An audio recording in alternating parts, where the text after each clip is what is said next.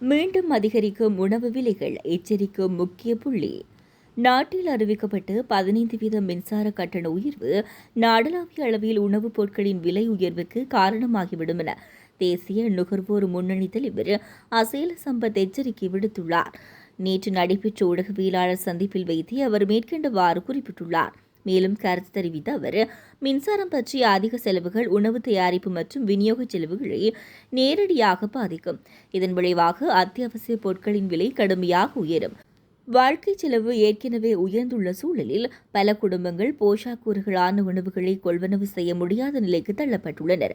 இதன் விளைவாக அண்மையில் அதிகரித்து வரும் தொற்றா நோய்களின் எண்ணிக்கையை மேலும் அதிகரித்த வண்ணம் உள்ளது.